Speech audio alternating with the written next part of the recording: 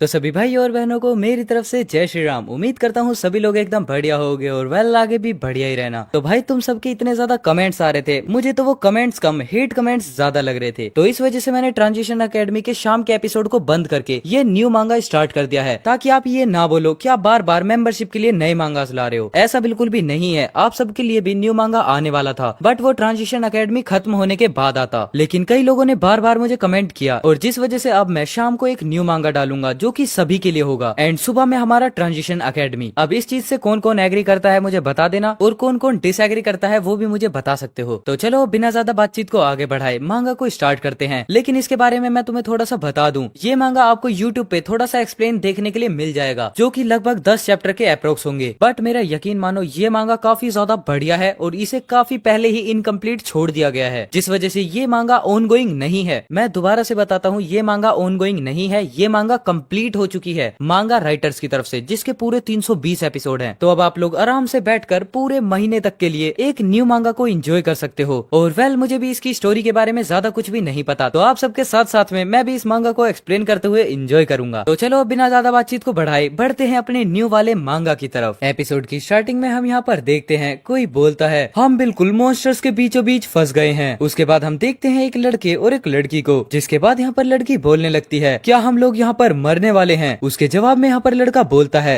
नहीं। बट हम देखते हैं वो जितने भी मॉन्स्टर्स होते हैं वो सभी अचानक से ही इन दोनों पर अटैक कर देते हैं। एंड उसके बाद फिर लड़का वापस से बोलता है हम ऐसे नहीं मर सकते और अब मुझे किसी भी हाल में यहाँ से जिंदा निकलना होगा। एंड वेल उसके बाद यहाँ पर अपना सारा सीन प्रेजेंट में आ जाता है, जहाँ पर हम एक सिटी का प्रिजन दिखाया जाता है, मतलब जेल। और हम देखते हैं उसमें से एक लड़का किसी से बात करता है डैड मैं अब 18 साल का हो गया हूँ और अब मैं अडल्ट हूँ, और एक बार आपने कहा था कि जब मैं अडल्ट हो जाऊंगा तब मुझे सारे सच के बारे में पता चल जाएगा। और वो एक मॉन्स्टर वेव जिसने सालों पहले पूरे के पूरे शहर को ही तबाह कर दिया था, उसके बारे में अब आपको मुझे सच बताने का टाइम आ गया है। एंड हम देखते हैं ये लड़का अपना एमसी है, मतलब अपना मेन प्रोटैगनिस्ट। और उसके बाद फिर ये अपने डैड से बोलता है डैड अब टाइम आ गया है कि मैं आपके नाम को साफ कर दूं। और हम देखते हैं वो जो सामने प्रिजन में बैठा होता है वो कोई और नहीं बल्कि अपने एमसी के फादर होते हैं। एंड उसके बाद फिर अपना सीन शिफ्ट होता है पूरे 8 साल पहले, जहाँ पर कोई बताता है सिटी में 8 साल पहले ऐसे मॉन्स्टर्स की वेव आई थी जो कि बहुत ही ज्यादा खतरनाक थी और इसे चाइना की हिस्ट्री की सबसे बड़ी तबाही माना गया है। उसके बाद हम यहाँ पर देखते हैं जहाँ पर आसमान में काफी सारे मॉन्स्टर्स उड़ रहे होते हैं और साथ ही साथ हर जगह सिटी में चारों तरफ आग ही आग लगी होती है। उसके बाद फिर यहाँ पर अपना एमसी वापस से बताता है मेरे फादर जुओ हुई वो अकेले पर्सन थे जो वहाँ पे सरवाइव कर पाए थे। एंड उसके बाद फिर यहाँ पर ये ब्लेम लगा दिया गया कि मॉन्स्टर्स की वेव के बाद जुओ हंटर सिटी छोड़कर भाग गया था, मतलब वो अपनी ड्यूटी छोड़कर चला गया और इस घिनौने क्राइम के लिए उन्हें देशद्रोही घोषित कर दिया गया। और इन्होंने देश के लिए पहले जितने भी अच्छे काम किए थे उनको देखकर इन्हें 10 साल की ही सजा सुनाई गई और इन्हें फांसी की सजा नहीं दी गई। उसके बाद पिछले 8 साल से गद्दार का बेटा सुनता हुआ आ रहा हूँ, मुझे मेरे स्कूल से भी निकाल दिया गया और उन्होंने फिर बोला कि हमारा स्कूल गद्दार के बेटे को पढ़ाने की जिम्मेदारी बिल्कुल भी नहीं लेगा। जिसके बाद फिर मैंने नौकरी ढूंढना शुरू किया, लेकिन जितने भी ओनर्स थे उन्होंने मुझसे एक बात बोली अगर तुम यहाँ पर काम करोगे तो हम अपना धंधा कैसे चलाएंगे। तुम्हें लगता है कि तुम्हारी शक्ल देखकर ग्राहक हमारी दुकान पर भी आएंगे। और यहाँ तक कि ब्लड डोनेट करते हुए भी डॉक्टर मुझसे बोलते हैं गद्दार के बेटे का खून, इसकी जिम्मेदारी तो हमें लेनी पड़ेगी, ये कभी नहीं हो सकता। एंड हम यहाँ पर देखते हैं अपना मेन प्रोटैगनिस्ट ये सब कुछ बातें अपने फादर को बता रहा होता है। जिसके बाद फिर वो वापस से बोलता है क्योंकि मुझे यहाँ पर अपने फादर पर लगे हुए इस इनजस्टिस को क्लियर करना है। लेकिन हम देखते हैं उसके फादर सिर्फ एक वर्ड बोलते हैं ज़ोफान। उस समय जो मेरे साथ हुआ था उसके बारे में कहने को मेरे पास ज्यादा कुछ भी नहीं है और सब कुछ साफ साफ तय हो चुका है और साथ ही साथ मैंने अपना क्राइम भी मान लिया है, तो अब तुम जा सकते हो। और मेरी बात मानो, सिटी जेड छोड़ दो, अपना नाम बदलो, फिर उसके बाद अपनी पहचान बदलो ताकि तुम एक बेटर लाइफ जी सको। और हम यहाँ पर देखते हैं जुओ ये सब कुछ काफी ज्यादा गौर से सुन रहा होता है। उसके बाद यहाँ पर जुओ के फादर वापस से बोलते हैं तुम लोगों को बस ऐसा प्रिटेंड करो कि तुम्हारा मेरे जैसा कोई फादर था ही नहीं, क्योंकि देश से गद्दारी करने वाले का बेटा होना आसान नहीं होता। बट हम यहाँ पर देखते हैं इतना सुनने के बाद जो जुओ होता है वो टेबल पर काफी ज्यादा ही जोर से हाथ पटकते हुए बोलता है मैं इस सब पर विश्वास नहीं करता। जिसके बाद फिर वो चिल्लाते हुए बोलता है डैड आप उस टाइप के पर्सन बिल्कुल भी नहीं हो। लेकिन हम यहाँ पर देखते हैं उसके बाद अपना जुओ प्रिजन कॉलिंग सेंटर से बाहर आने लगता है। जिसके बाद यहाँ पर एक प्रिजन गार्ड उसे देखकर बोलता है वो देखो वो बाहर आ गया, ओह ये तो एक टेररिस्ट का बेटा है ना। उसके उसके बाद हम देखते हैं जुओ के पास एक गार्ड जाता है और उसके बाद फिर वो जुओ से बोलता है अगर तुम अगली बार मिलने आते हो तो उसके बदले तुम्हारी फीस को 3 गुना बढ़ा दिया गया है। जिसके बाद यहाँ पर इतना सुनने के बाद जुओ काफी ज्यादा ही शौक होते हुए बोलता है क्या 3 टाइम्स, ये तो 1000 से भी ऊपर चले जाएंगे, आखिरकार आप इतना ज्यादा क्यों बढ़ा रहे हो। उसके बाद हम देखते हैं वो प्रिजन गार्ड बोलता है ये हमारे हायर सबका डिसीजन है, मतलब सीनियर्स का, और हम तुम्हें तुम्हारे फादर से मिलने की इजाजत दे रहे हैं। यही तुम्हारे लिए बहुत ज्यादा काफी है क्योंकि आफ्टर ऑल तुम्हारे फादर ने देश से गद्दारी की थी। लेकिन हम देखते हैं इतना सुनने के बाद जो अपना जुओ होता है उसे काफी ज्यादा गुस्सा आने लगता है। जिसके बाद फिर वो सोचता है एक ऐसा पर्सन जिसने अपनी जान को जोखिम में डाला और कंट्री के लिए काउंटलेस कॉन्ट्रीब्यूशंस दिए, आखिरकार फिर वो गद्दार कैसे हो सकते हैं। जिसके बाद हम देखते हैं जुओ को ये सब कुछ सोचते हुए काफी ज्यादा गुस्सा आ रहा होता है और इसके साथ साथ फिर वो बोलता है मैं डेफिनेटली सच का पता लगा कर रहूंगा। जिसके बाद यहाँ पर अपना सीन शिफ्ट होता है और हम देखते हैं जुओ सिटी में आ चुका है और वो चलते चलते सोचता है सिर्फ $450 ही मिलने की फीस हर महीने मेरी जेब को खाली कर देती है और अब तो ये 3 गुना ज्यादा हो गया है। आखिरकार ये सब कुछ अब मैं हैंडल कैसे करूंगा। स्टारफॉल वॉरियर रिजर्व बनाने के बाद मैंने इतने सालों तक मर्सनरी गिल्ड में कुछ पैसे कमाने के लिए ही अपनी जान को दांव पर लगा दिया था। उसके बाद हम देखते हैं इतना बोलने के साथ साथ जू अपने हाथ पर कुछ मैजिक जैसा लेकर आ जाता है और उसके बाद हम देखते हैं वो वापस से बोलता है एक ऑर्डिनरी हेल्थ पर्सन हर चीज में ही फर्स्ट होगा, मतलब हर कैटेगरीज के अंदर, और एक ऑफिशियल स्टारफॉल वॉरियर के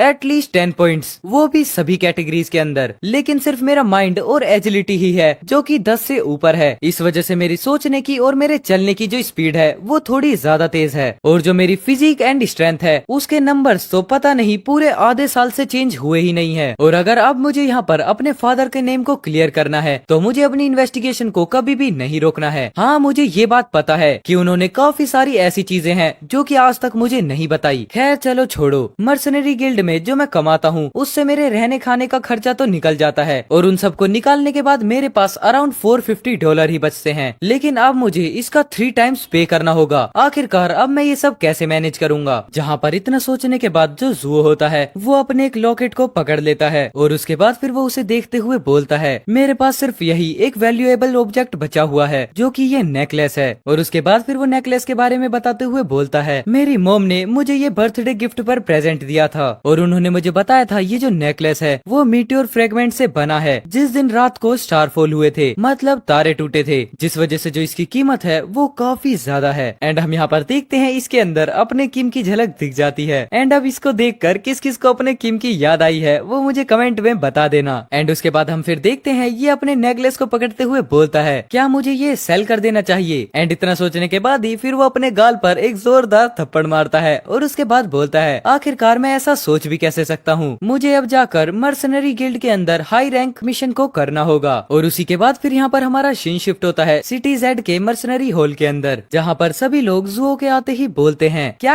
ये कचरा फिर से यहाँ आ गया, ये 3 साल से अवेकंड है और अभी भी सबसे ज्यादा कमजोर, ये तो बिल्कुल स्टारफॉल वॉरियर्स का रिवर्स है और अभी भी काफी ज्यादा कमजोर स्टारफॉल वॉरियर रिजर्व के अंदर। जिसके बाद फिर कोई और बोलता है मुझे ऐसा लगता है कि अपनी पूरी जिंदगी में सिर्फ इतना ही कर पाएगा। एंड उसके बाद फिर कोई और बोलता है आखिरकार देश से गद्दारी करने का नतीजा तो यही होना था। और इन सब की बातें सुनने के बाद जुओ मन में सोचने लगता है यहाँ के लोग आज भी इतना ज्यादा ही शोर करते हैं। एंड उसके बाद हम यहाँ पर देखते हैं एक मोटे से पर्सन को जिसे कोई अंकल फैटी करके बुलाता है। एंड हम यहाँ पर देखते हैं ये कोई और नहीं बल्कि जुओ होता है। जिसके बाद फिर वो आते ही बोलता है क्या आप मेरे लिए कुछ ठीक ठाक से ई रैंक मिशन ढूंढ सकते हैं। लेकिन हम देखते हैं इतना सुनने की वजह से वो बूढ़ा काफी ज्यादा ही गुस्से में आ जाता है और उसके बाद फिर वो आते ही जुओ के सर पे एक जोरदार रख के देता है। एंड फिर वो चिल्लाते हुए बोलता है बदतमीज, मैंने तुम्हें कितनी बार कहा है कि मुझे अंकल गाओ कहो। हाँ, इनका नाम अंकल गाओ है और क्या तुम मुझे यहाँ पर मर्सनरी गिल्ड से बाहर निकलवाना चाहते हो। इसके बाद फिर वो बोलते हैं ई रैंक मिशन, वो भी तुम्हारी करंट स्ट्रेंथ को देखकर। ओह, तो इसका मतलब ई रैंक मॉन्स्टर्स के डंजन में जाना बेसिकली सुसाइड होगा। और हम देखते हैं इतना बोलने के साथ साथ यहाँ पर अंकल गाओ अपने सिगार को जलाने लगते हैं। इवन तुम्हें एफ रैंक की डंजन्स में जाने के लिए भी एक ऑफिशियल स्टारफॉल वॉरियर को लेकर जाना पड़ता है खुद की प्रोटेक्शन के लिए। और वैसे भी तुम सच में काफी ज्यादा ही लकी हो कि तुम इतने लॉन्ग टाइम से सरवाइव करते हुए आ रहे हो। यहाँ तक कि अगर मैं बोलूँ तो तुम एक एफ रैंक की डंजन्स के अंदर भी बलि के बकरे ही हो। जिसके बाद फिर वो वापस से कंटिन्यू करते हुए बोलते हैं तुम यहाँ पर सिर्फ एक स्टारफॉल वॉरियर रिजर्व हो, तो इसका मतलब ये है कि तुम एक ई रैंक के मॉन्स्टर डंजन के अंदर भी सरवाइव नहीं कर पाओगे। जितना सुनने के बाद फिर यहाँ पर अपना जुओ बोलता है, मुझे ये सब कुछ पता है अंकल गाओ, लेकिन आखिरकार मेरे पास और कोई चॉइस नहीं है। एंड उसके बाद हम यहाँ पर देखते हैं जो अंकल गाओ होते हैं वो थोड़ा सोचते हैं, जिसके बाद फिर वो वापस से बोलते हैं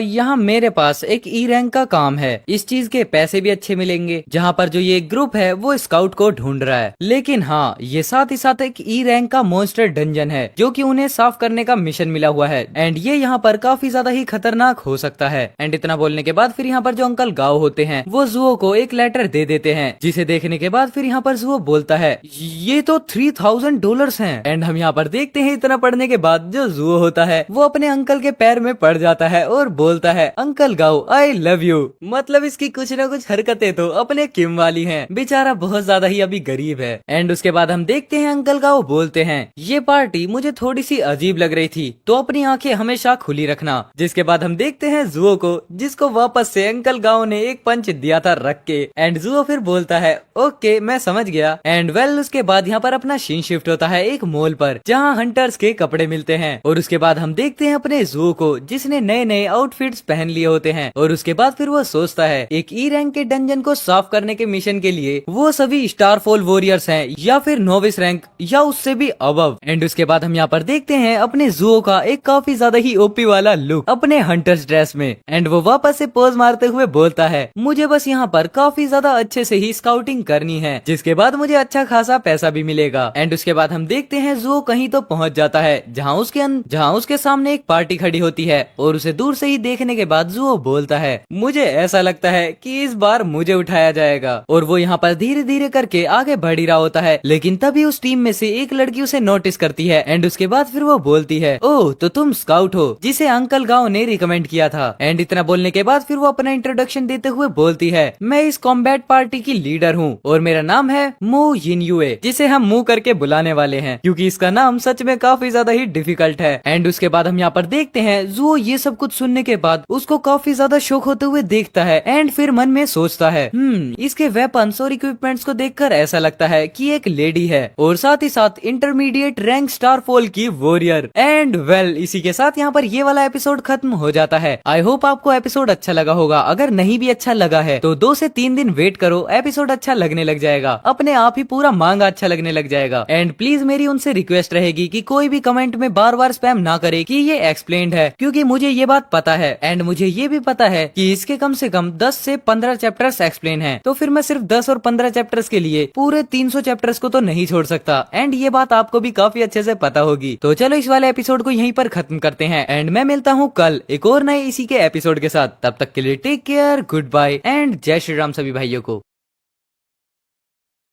तो सभी भाई और बहनों को मेरी तरफ से जय श्री राम। उम्मीद करता हूँ सभी लोग एकदम बढ़िया होंगे और वेल आगे भी बढ़िया ही रहना। आई नो ये वाले चैप्टर्स आपको काफी ज्यादा छोटे लग रहे होंगे, बट हाँ ये थोड़े बहुत अभी छोटे ही हैं। इस वजह से ट्रांजिशन एकेडमी खत्म होने के बाद मैं इस मांगा के डेली बेसिस पर 3 एपिसोड्स एक्सप्लेन करने वाला हूँ, तो टेंशन वाली कोई भी बात नहीं है। हम जल्दी से जल्दी अपने मांगा को लपेटने का ट्राई करेंगे ताकि हम उसके बाद न्यू से न्यू मांगा जल्दी से जल्दी एक्सप्लेन कर पाए। और प्लीज यार 15 के जल्दी से कंप्लीट करा दो, क्योंकि उसके बाद हम करने वाले हैं एक लाइव स्ट्रीम। तो चलो अब इस बातचीत को यहीं पर खत्म करते हैं और बढ़ते हैं अपने एपिसोड की तरफ को। सो वेल एपिसोड की स्टार्टिंग में हम यहाँ पर देखते हैं अपना एमसी सामने उस लड़की को देखकर बोलता है मॉन्स्टर एसेंस स्कोर, मतलब कि इसके पास स्टार फॉलन का आउटफिट है। और अगर मुझे ठीक से याद है तो सिर्फ इंटरमीडिएट स्टार फॉलन वॉरियर ही स्टार फॉलन आउटफिट का इस्तेमाल कर सकते हैं। उसके बाद हम यहाँ पर देखते हैं अपना फ्रांसिस बताने लगता है हाँ इसका नाम फ्रांसिस है, अलग अलग वेबसाइट्स पर अपने मांगा के एक्टर्स का नाम अलग होता है। तो अब हम जिस हिसाब से अपनी मांगा को कंटिन्यू करेंगे उसमें इसका नाम फ्रांसिस है और इसमें करेंसी भी डॉलर में नहीं बल्कि इंडियन करेंसी में ही दिखाई जाएगी। चलो अब कंफ्यूजन को दूर करते हुए वापस से बढ़ते हैं अपने मांगा पर। उसके बाद हम यहाँ पर देखते हैं फ्रांसिस बताता है मॉन्स्टर एसेंस स्कोर, मैंने जहाँ तक सुना है शायद से हजारों मॉन्स्टर मिला के एक मॉन्स्टर एसेंस स्कोर बनता है और उसी की वजह से ये सच में काफी ज्यादा कीमती भी होता है। उसके बाद फिर यहाँ पर फ्रांसिस आउटफिट के बारे में बताता है, जिसके बारे में वो बताते हुए बोलता है स्टार फॉलन आउटफिट ये एक तरीके के वेपन्स होते हैं जो कि मॉन्स्टर एसेंस स्कोर से ही बनते हैं और इनकी वजह से फिर स्टार फॉलन वॉरियर्स की ताकत बहुत ज्यादा बढ़ जाती है। एंड इतना बोलने के बाद फिर यहाँ पर वो उस लड़की को देखते हुए बोलता है, इंटरमीडिएट स्टार फॉलन वॉरियर के लिए 4 एबिलिटी का स्कोर कम से कम 40 होना ही चाहिए। और यहाँ पर देखने पर ये जो लेडी है ये सेम मेरे ही एज की लग रही है। एंड हम यहाँ पर देखते हैं इतना सोचने के साथ साथ फ्रांसिस काफी ज्यादा शुक होते हुए उस लड़की को देखने लगता है, जो कि धीरे धीरे करके अपने फ्रांसिस की तरफ ही बढ़ रही होती है। और उसके बाद फिर वो सोचता है, इसके और मेरे बीच में सच में काफी ज्यादा ही गैप है अभी, और मुझे नहीं पता कि मैं कब तक उसके लेवल पर पहुंच पाऊंगा। एंड इतना सोचने के बाद फिर यहाँ पर अपना फ्रांसिस सामने उस लड़की को इंट्रोडक्शन देते हुए बोलता है, मैं एक मर्सनरी हूँ जो कि मिस्टर ओन ने रिकमेंड किया था। एंड हम देखते हैं इतना बोलने के बाद फ्रांसिस अपना हाथ आगे बढ़ाते हुए बोलता है, मेरा नाम फ्रांसिस है हॉलेट। एंड वो डरते डरते मन में ये भी सोच रहा होता है, मुझे उम्मीद है कि वो मेरे फादर के बारे में नहीं सोचेगी और वो यहाँ पर कोई भी ट्रबल भी नहीं करेगी। उसके बाद हम देखते हैं ये दोनों हाथ मिलाने ही वाले होते हैं, लेकिन तभी एक पर्सन आ जाता है और वो हॉलेट को साइड में करते हुए बोलता है, नाइस टू मीट यू। और उसके बाद फिर वो बोलता है, क्या तुम वो कैनन फोल्डर हो जिसे मर्सनरी गिल्ड ने यहाँ भेजा है। एंड हम देखते हैं उसके बाद यहाँ पर फ्रांसिस सोचने लगता है, क्या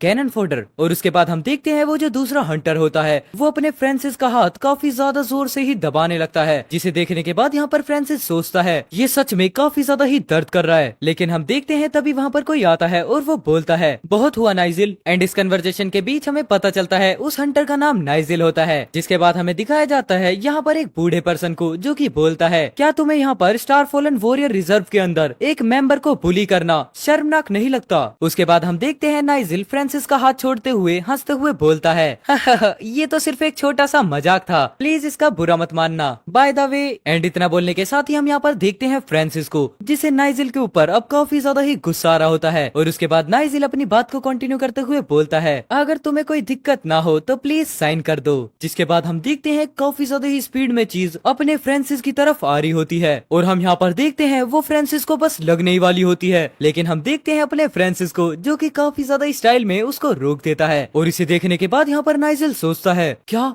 कितनी तेज रिएक्शन है। और उसके बाद फिर हैवलेट को देखते हैं जो कि सोचती है, काफी ज्यादा बढ़िया है। और उसके बाद हम उसी ओल्ड पर्सन को देखते हैं जो कि वो भी बोलता है, सच में ये स्काउट के लिए काफी ज्यादा ही बढ़िया है। लेकिन फिर हम यहाँ पर देखते हैं जो अपना फ्रांसिस होता है उसका थोड़ा सा पोपट हो जाता है, क्योंकि वो जो चीज थी जो फ्रांसिस के पास काफी ज्यादा स्पीड में आ रही थी वो एक कागज होता है जिसके ऊपर अपने फ्रांसिस को साइन करना होता है। लेकिन उसी के साथ यहाँ पर फ्रांसिस सोचता है, क्या सच में एक स्टार फॉलन वॉरियर का जूनियर ऐसा कुछ कर सकता है, मतलब कि junior star fallen warriors external objects के अंदर कुछ एनर्जी डालकर उन्हें थोड़ी देर के लिए एकदम सॉलिड बना सकते हैं। और हम देखते हैं ये सब कुछ सोचते हुए अपने फ्रांसिस को काफी ज्यादा ही पसीने आने लगते हैं। जिसके बाद फिर यहाँ पर हैवलेट बोलती है, उसके अंदर स्काउट बनने का पोटेंशियल तो है, इसका मतलब मिस्टर ओवन ने हमसे झूठ नहीं बोला था। और इतना सोचने के बाद फिर यहाँ पर हैवलेट पीछे पलट कर जाते हुए बोलती है, मिस्टर मूरे यहाँ से अब आप इंचार्ज होगे। और हमें यहाँ पर पता चलता है उस ओल्ड पर्सन का नाम मूरे होता है। जिसके बाद फिर यहाँ पर मूरे बोलता है, हंटिंग के रेगुलेशंस के according star fallen warrior reserve का मेंबर ई लेवल मॉन्स्टर्स के डंजन्स के अंदर हंटिंग नहीं कर सकता। तो अब तुम यहाँ पर एग्रीमेंट को देख लो और अगर कोई दिक्कत ना हो तो इसे साइन भी कर दो।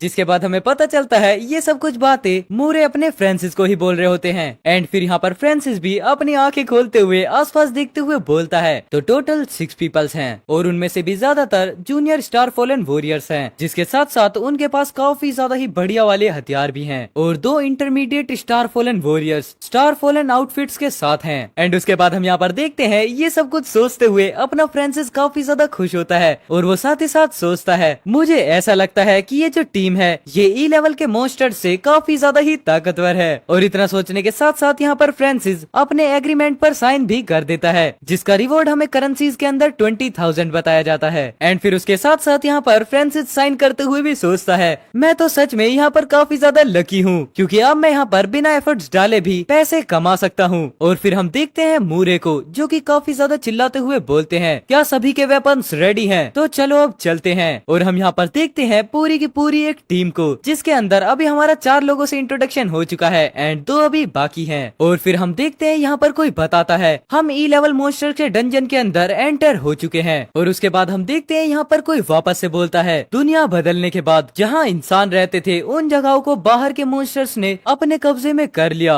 जिस वजह से वो जितनी भी प्लेसेस थी वो सभी ह्यूमन बींग्स के लिए बंद हो गयी और उन पर काफी ज्यादा ही रिस्ट्रिक्शन भी लग गई। जहाँ पर हम देखते हैं एक सिटी को जिसके अंदर अब काफी ज्यादा ही मॉन्स्टर्स रहते हैं और उसके बाद वापस से कोई बताता है जितने भी हीट वेपन्स होते हैं वो सिर्फ म्यूटेड मॉन्स्टर्स के ऊपर थोड़ा ही इफेक्ट दिखाते हैं, मतलब उनसे कोई खास फर्क नहीं पड़ता। और कुछ कुछ मॉन्स्टर्स तो बुलेट और पॉइजन गैस तक को भी आराम से झेल जाते हैं। जहाँ पर हम देखते हैं एक काफी ज्यादा बड़े वाले स्नेक को जिसके ऊपर काफी सारी गन से अटैक हो रहा होता है एंड साथ ही साथ वहाँ पर पॉइजन गैस भी फैलाई गई होती है, लेकिन फिर भी उस पर कोई खास फर्क नहीं पड़ता। लेकिन फिर यहाँ पर बताया जाता है मॉन्स्टर्स से जितने भी मटेरियल निकलते हैं उनसे हथियार बनाए जाते हैं और फिर वही हथियार मॉन्स्टर को नुकसान पहुँचाने में या फिर उन्हें मारने में काफी ज्यादा ही हेल्प करते हैं। इस वजह से फिर जितने भी कोल्ड वेपन्स थे वो सभी वापस से काफी ज्यादा पॉपुलर हो गए और जो यहाँ पर सीनियर मॉन्स्टर्स होते हैं उनका सामान काफी ज्यादा कीमती होता है। और आजकल जितने भी सीनियर स्टार फॉलन वॉरियर्स होते हैं वो सभी वेल्थ एंड पावर के सिंबल बने हुए हैं।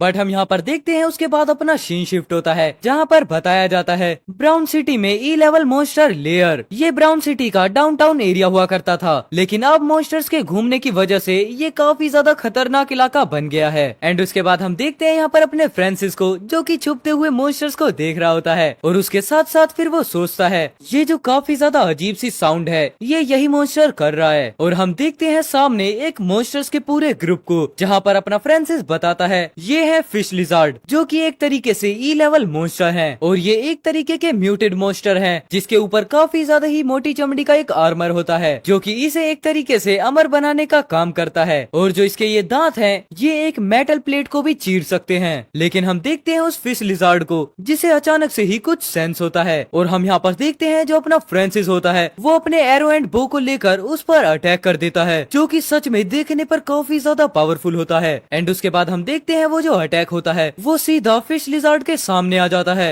एंड हाँ वो लग भी जाता है। लेकिन उससे पहले ही जो वो फिश लिजार्ड होती है वो अपनी आँख को बंद कर देती है जिसकी वजह से वो जो एरो थी वो अचानक से ही डिफ्लेक्ट हो जाती है, जिसे देखने के बाद यहाँ पर फ्रांसिस बोलता है ये क्या, ये तो बाउंस हो गई। बट अब जो फिश लिजार्ड थी उसने अपने फ्रांसिस को देख लिया था जिसकी वजह से वो काफी ज्यादा जोर से चिल्लाती है और सीधा अपने फ्रांसिस के ऊपर अटैक करने के लिए काफी स्पीड में भागने लगती है। और हम यहाँ पर देखते हैं अपने फ्रांसिस को जो कि भागते हुए बोलता है मैं मॉन्स्टर्स को अपनी तरफ अट्रैक्ट करने में एकदम सक्सेड हो चुका हूँ। और उसके बाद इतना बोलने के बाद फ्रांसिस पीछे पलट कर देखता है और बोलता है लेकिन आखिरकार इन ई लेवल मॉन्स्टर्स की स्पीड प्रोवाइडेड इंफॉर्मेशन से इतनी ज्यादा फास्ट कैसे हो सकती है। एंड हम यहाँ पर देखते हैं इतना बोलने के साथ साथ फ्रांसिस की हालत काफी ज्यादा खराब हो चुकी होती है और उसे काफी ज्यादा पसीने भी आने स्टार्ट हो जाते हैं। एंड वेल इसी फनी सीन के साथ यहाँ पर ये वाला एपिसोड खत्म होता है। अब हम नेक्स्ट एपिसोड में देखेंगे कि अपने फ्रांसिस के साथ क्या होता है और हमें ये जानने की भी काफी ज्यादा क्यूरियोसिटी रहेगी कि आखिरकार फ्रांसिस के पास ओपी लेवल की पावर्स कब तक आएंगी। तो चलो मैं मिलता हूँ आपसे कल एक और नए एपिसोड के साथ, तब तक के लिए take care, good bye and जय श्री राम सभी भाइयों को।